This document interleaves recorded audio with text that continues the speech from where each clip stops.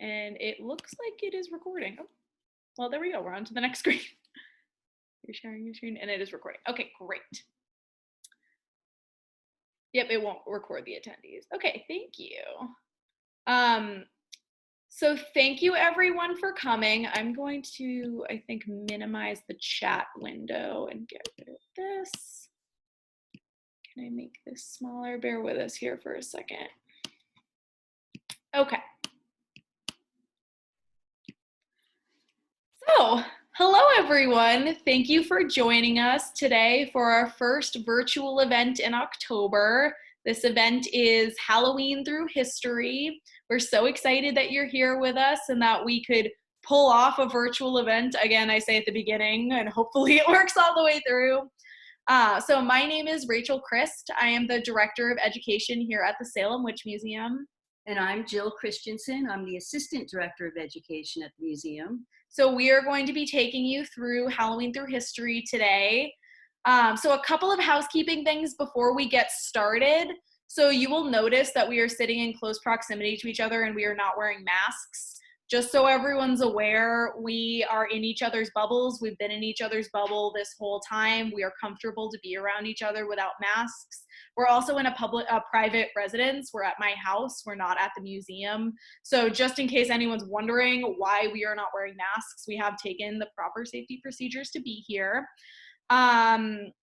Just so everyone knows, we are not going to do a Q&A at the end. The reason we're not going to do a Q&A is because despite how much we want to be experts in Halloween, we are not. We are experts in the history of witchcraft, which is closely related, but not quite the same. So, but if you do have any questions, feel free to email us. My email has been posted in the Facebook chat, the Facebook event, and I can post Jill's email as well there, so you'll have access to that at the end. So if you have any specific questions and we can answer them, we will, but we're not going to do a full formal Q&A at the end here. So with that being said, we're going to get started. So thank you again to everyone for coming. Today we are going to go through a brief history of Halloween. We're going to cover several thousands of years of history here, so it is a little brief, but we're going to hit most of the highlights. So we're going to start with the origins of the celebration and trace it into the modern day.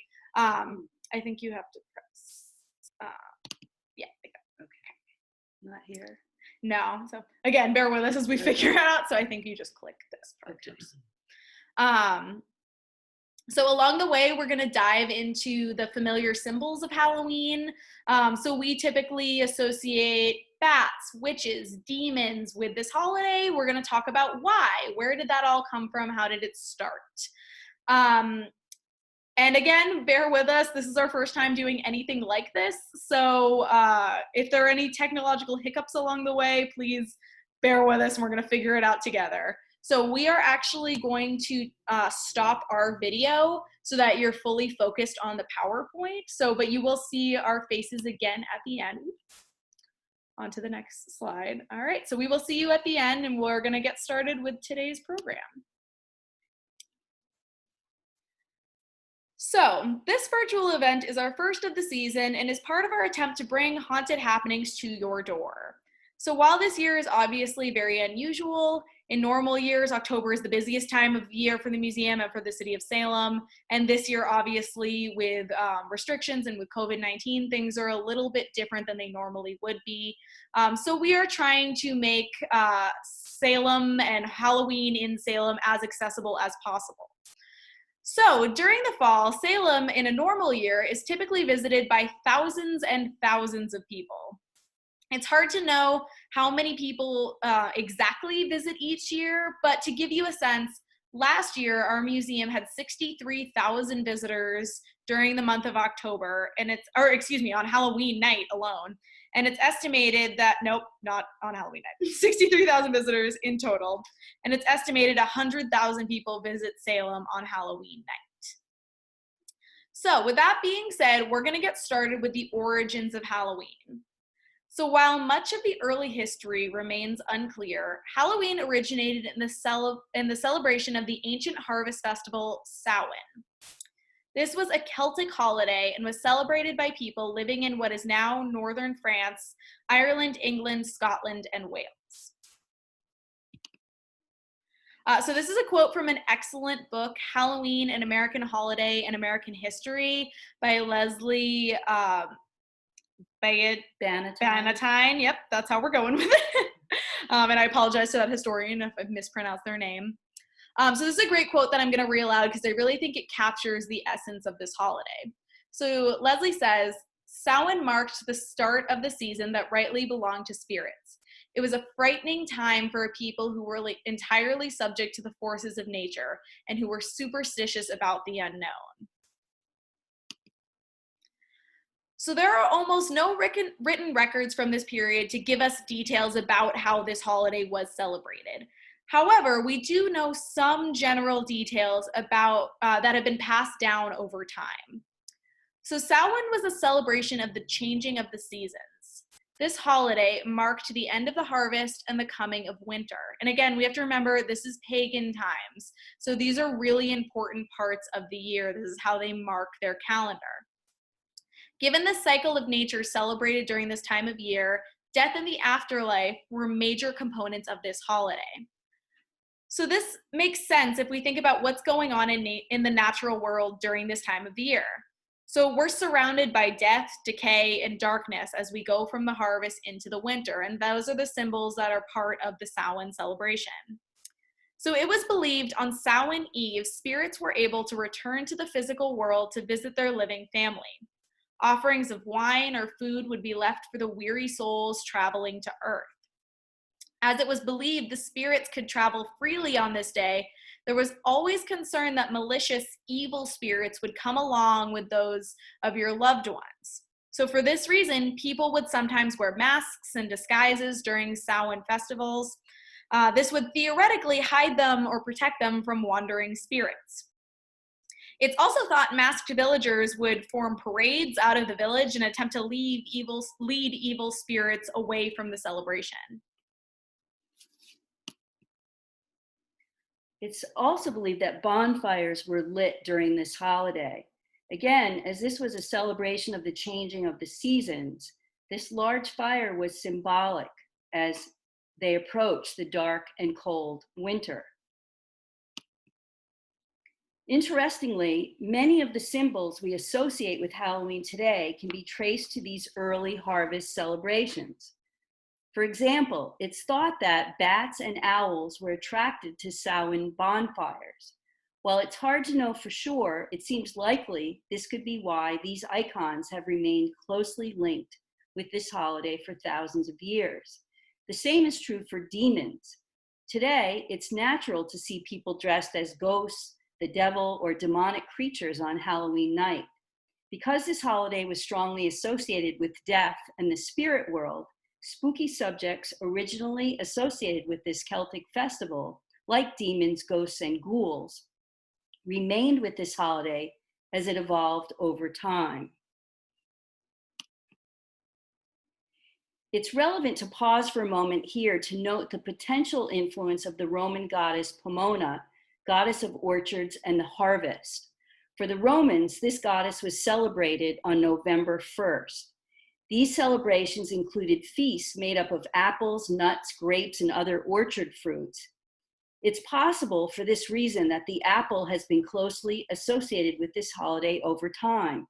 Keep in mind, apples and nuts are both included in Halloween celebrations for thousands of years to come. We're going to mention them again in a few minutes. So the first major change to Samhain comes during a period of overall change in Europe. Between the 1st and 4th centuries of the Common Era, Christianity spread across the Roman Empire. As Christianity began to dominate Europe, the Christian church was faced with lingering pagan holidays and traditions.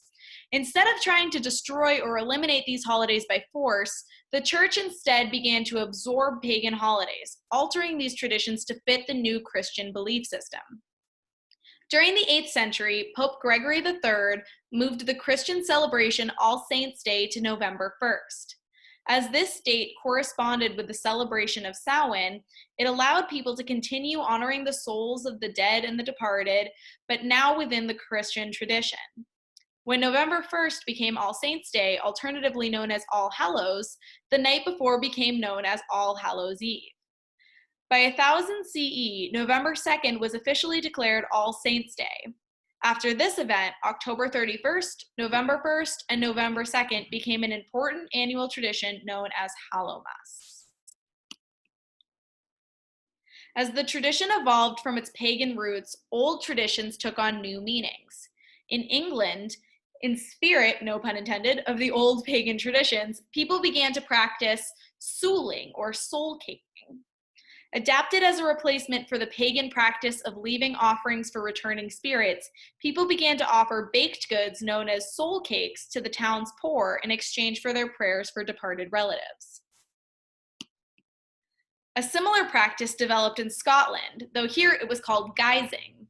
These celebrations involved young men adorned in costumes, again in the older pagan style, going door to door,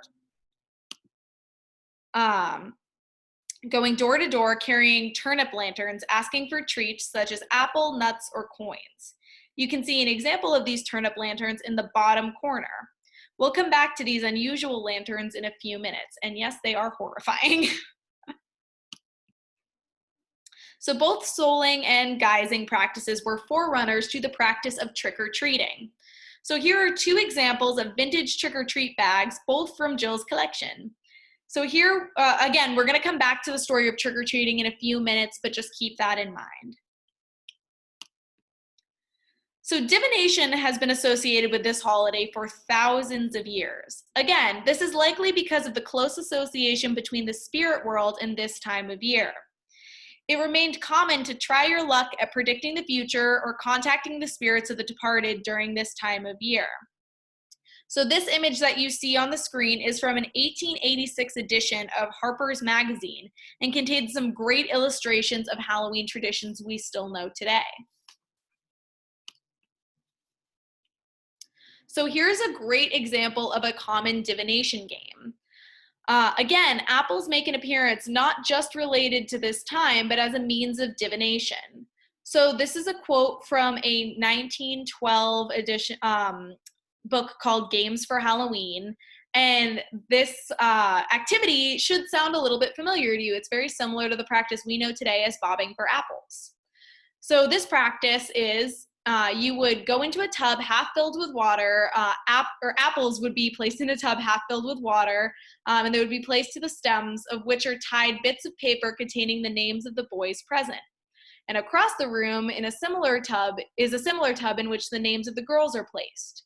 With hands tied behind them, the young folks endeavor to extricate the apples with their teeth. And it's alleged that a name appearing on the slip fastened to the apple is the name of the future helpmeet of the one securing the fruit from the receptacle. A great game, not so much a COVID-friendly game, but a great game for 1912. And now we're going to talk a little bit about Halloween in America. If we look at early America, celebrations of Halloween varied from region to region. While traditions continued to some degree in areas like Virginia, Pennsylvania, and Maryland, in Puritan-dominated New England, the celebrations of All Saints' Day, a holiday associated with the Church of England, was strictly prohibited. Puritans in general were not big on holidays. Even Christmas was treated just like any other day. However, the one thing that is carried through in Puritan New England was divination. It may surprise you to hear that the Puritans actually engaged in a fair amount of fortune telling.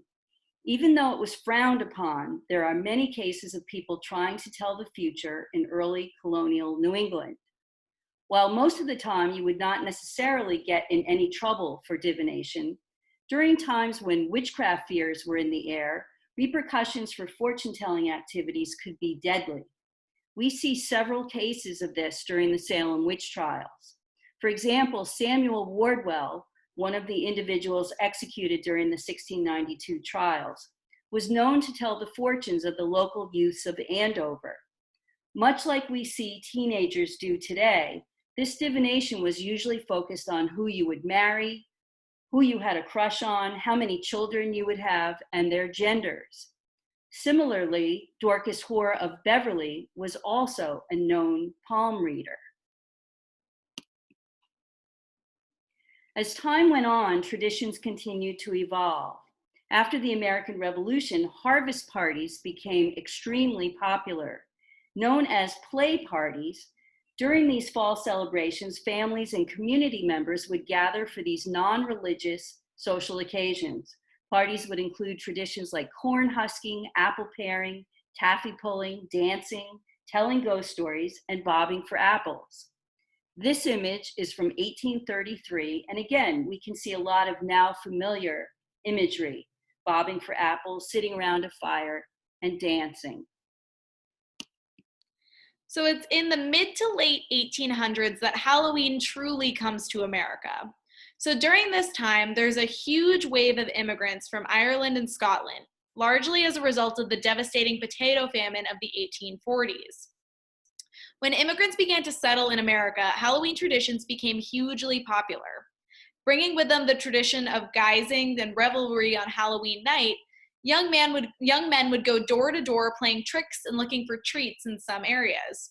Women more often opted to stay inside and would instead gather together to again engage in fortune telling and divination. So now we're going to return for a moment to the famous jack-o'-lanterns.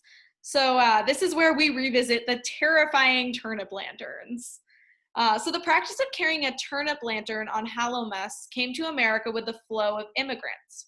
When immigrants arrived, they found that pumpkins, which were plentiful in America, were much better vessels for these lanterns, and thus the jack-o'-lantern was born. So as the holiday continued to take hold in America, it became extremely fashionable for young adults. Towards the late 1800s, ladies' magazines began to describe Halloween and the traditions associated with this holiday. It's at this time that Halloween is introduced to the upper and middle classes of society. Groups of young people would gather together to play games, tell ghost stories, and once again engage in divination.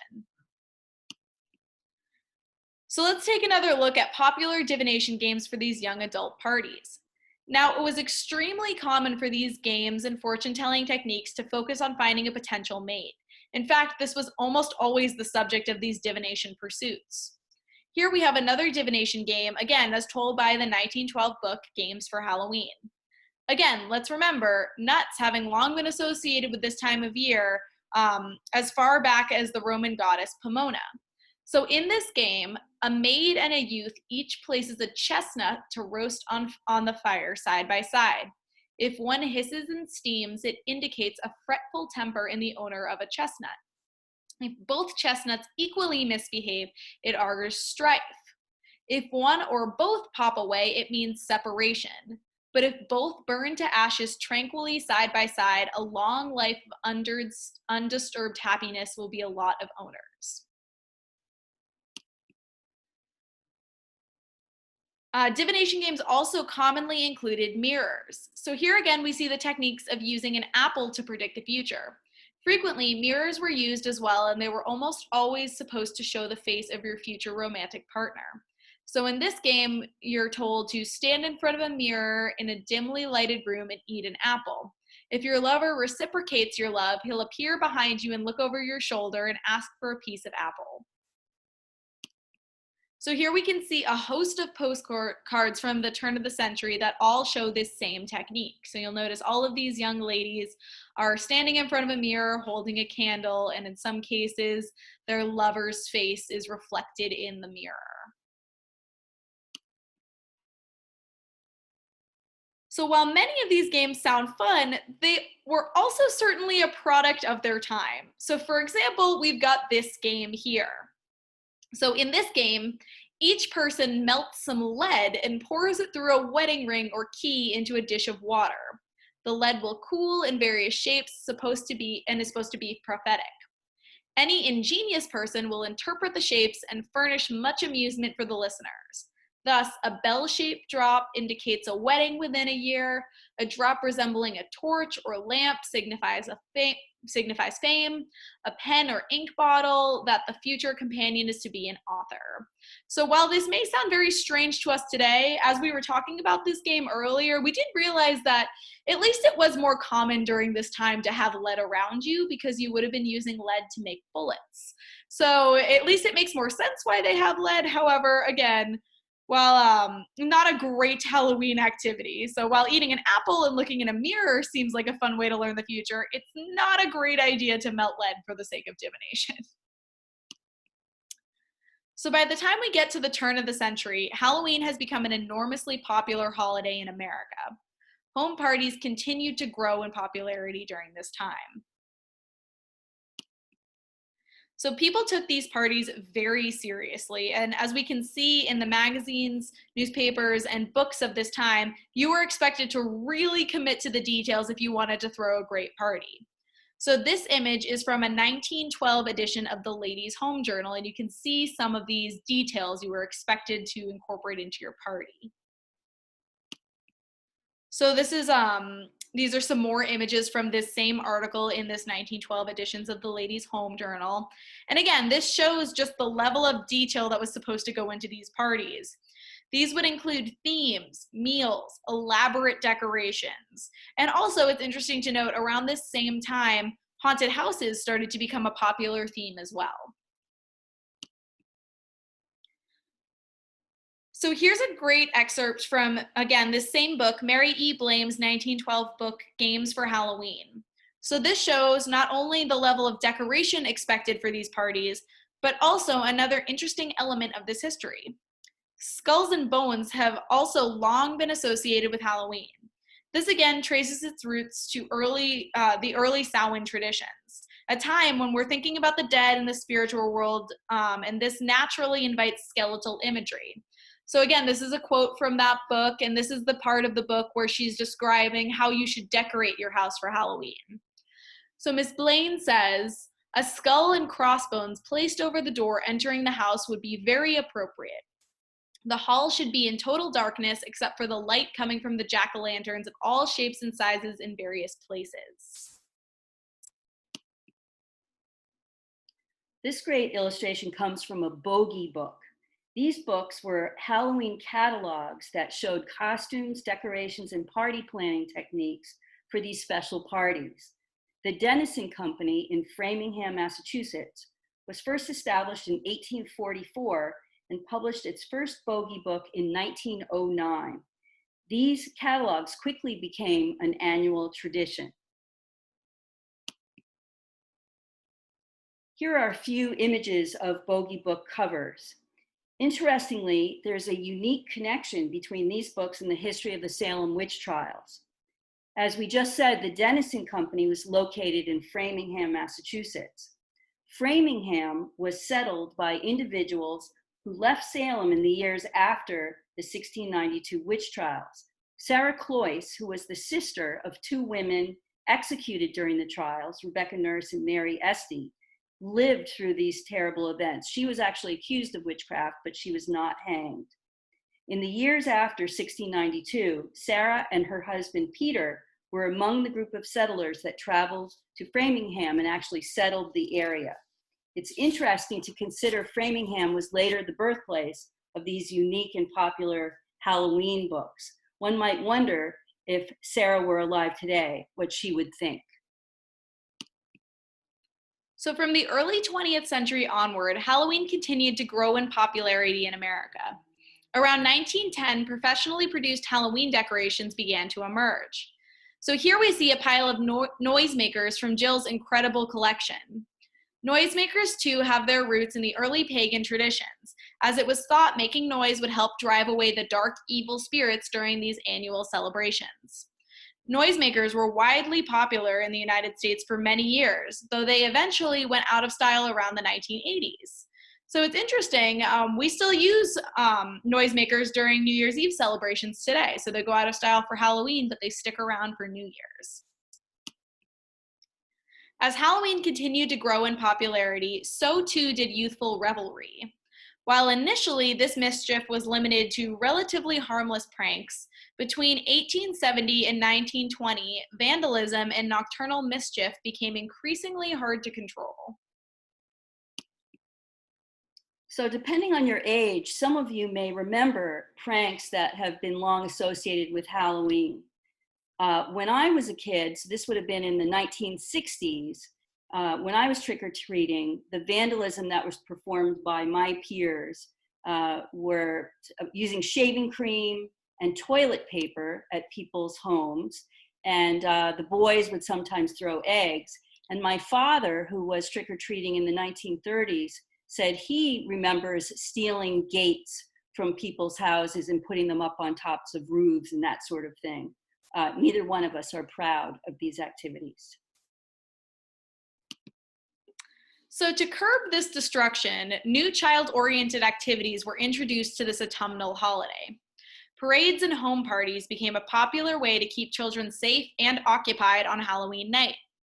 For this reason, in the early 20th century, Halloween activities became increasingly child-oriented.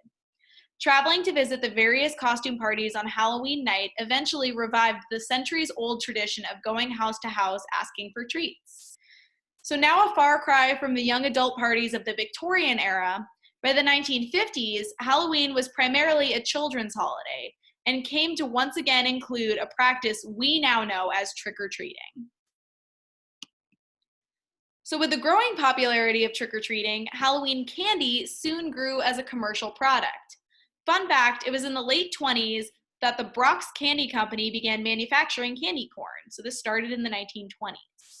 This introduced this famous candy that is a staple of Halloween today. And personally, I actually prefer the candy corn that's shaped like pumpkins. So here's the advertisement, an advertisement for Brock's Candy. So to reiterate, it's in the mid-20th century that Halloween really becomes the holiday we know today. Children in the streets, going door to door trick-or-treating, costume parties, all of the elements we associate today. With time, this holiday is also taken back by adults, and I'm sure many of you are here today because you love Halloween.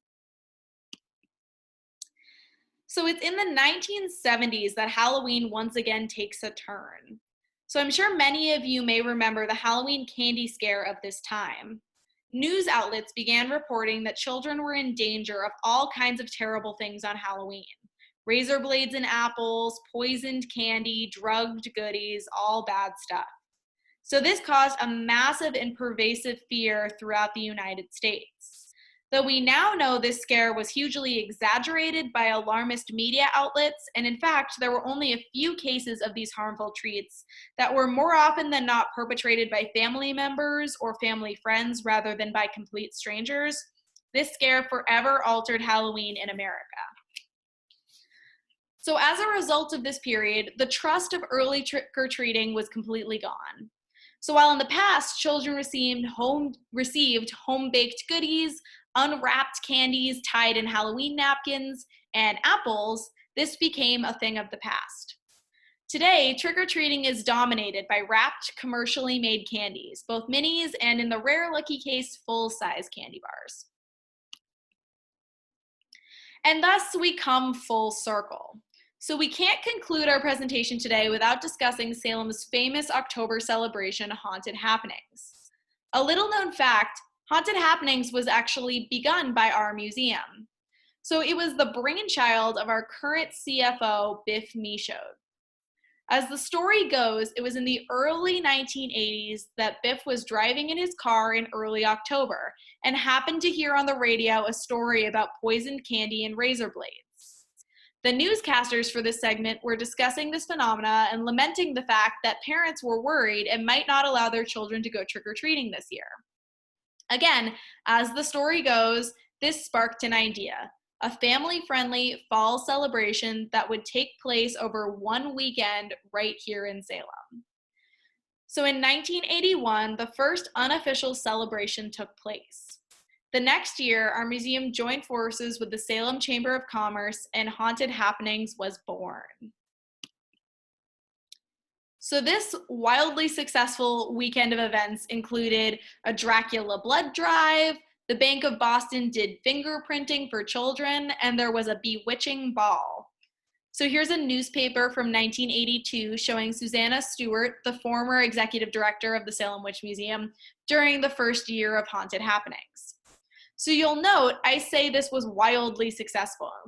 No one anticipated how popular this celebration would be, even in its first years. The demand for this celebration grew and grew, and as the years went on, expanded beyond our wildest imaginations. And here's a really great photo that comes from our archives, and it's of Susanna Stewart and several other Salem Witch Museum staff members in 1982 during these first years of haunted happenings. So with that, Haunted Happenings is born. What started as a one-weekend event quickly became an enormous celebration.